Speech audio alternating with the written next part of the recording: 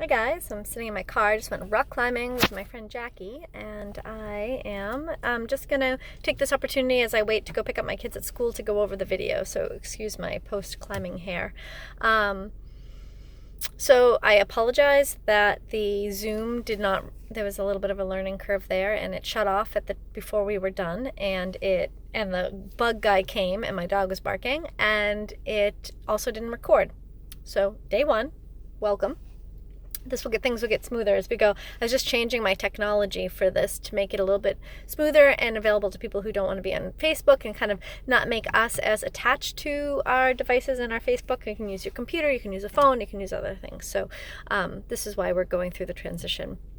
So let me just recap and talk about the basis of the program and what your goals are today. So today is day one. It's a 6 weeks process. It is a evolution, not a revolution. So I don't want you to revolutionize your diet today and be miserable and unhappy and not really know what you're doing. I want to spend this first week, and this is why I did 6 weeks as opposed to just the month of May. I want you to take this week, and particularly today, and just to really wrap your head around this idea.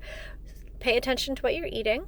Read your labels. Start to think about that you want food that doesn't necessarily come with a package, and if it does, it doesn't have vegetable oils, doesn't have fructose corn syrup, doesn't have added sugars, and that you know most of the words that are in that.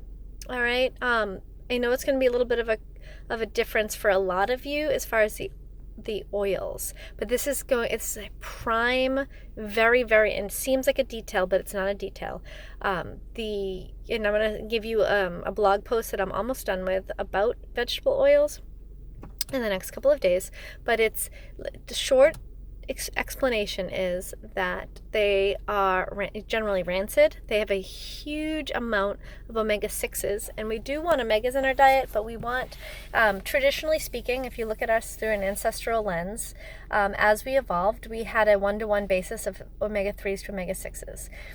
In our current diet, particularly if we have a lot of vegetable oils, it's sometimes a 6 to as high as 30 to 1 ratio, too many omega-6s. And that's because anytime you have any sort of processed foods, anything that you have in vegetable oil, canola oil, safflower oil, all of them other than the saturated fats, the only oils that are really okay are coconut, butter, ghee, lard, almond, and I believe macadamia. My list isn't in front of me, but I'm fairly certain that macadamia nuts okay as well.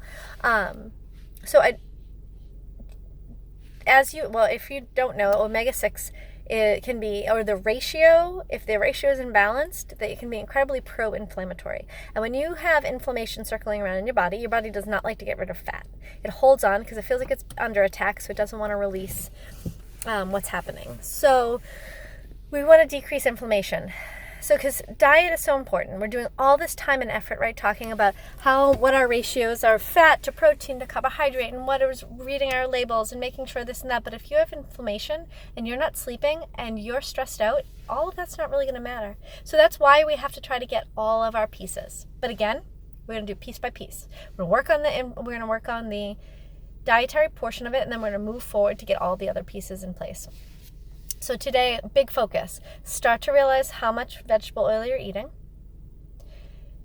Start to take it out. Figure out how to take it out. So that mayo you're eating is most likely not okay. So Primal Kitchen or Chosen Foods are both too good, or homemade. Even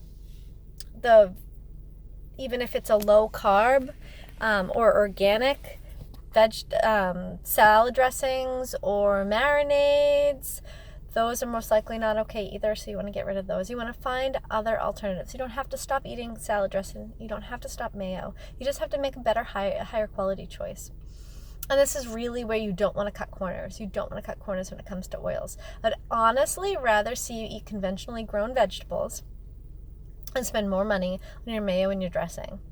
Or take your mayo and your dressing out of the equation. But why? I mean, it adds deliciousness. We want to enjoy our foods. I don't want dry, yucky tasting foods because you're not going to sustain. This is sustainable. This is life. We want this to be a lifestyle. So take out your vegetable oils, or start to figure out how. Think about the food matrix or the food grid that I sent. Think about starting with an animal product, adding in a vegetable, and making sure you have some healthy fats there. Keep it easy. Keep your grains out. Keep your sugar out. Keep your olive oil. You can have olive oil. Keep your vegetable oils out. The other thing that I did send you some information on, you'll get some more information on, is I do want some stats. And you can choose what your stats are going to be. Some ideas are you could get on a scale. You could measure your hips, waist, and bust. I would love to see everybody do a waist to hips ratio that's really indicative of metabolic health. You could also put on, this is one of my favorites, tight pair of pant test. And that is, I stole this from Rob Wolf, and he suggests that you take a piece of clothing that is too tight, that either once you used to wear or you're dreaming of wearing, and is pretty, somewhat reachable, that maybe you'd be able to reach and fit into this stuff at the end of the 6 weeks. Try it on. Maybe take a picture of yourself, really understand how you feel in it, and then keep that pretty close to your vision, your line of vision. And we'll see, it's a good indicator that you're moving forward, because the scale might not move, but your body will move. So there's those options. There's also, I'd really encourage all of you to do pictures. Take off your shirt, whether you have a sports bra or a bathing suit, and take a picture of yourself. And save it, and then we're going to see the difference. And if you're super excited about the difference, and I can talk you into it, I would love anybody's before and after pictures, but I also know that could be a private thing. The other thing I would like you guys to think about is the why. I sent an email on finding out and writing out your why, and I encourage you, don't just kind of throw it around in your head. I want you to write it down and keep it near you and look at it every day. All right, I'll send you another one soon. Good luck.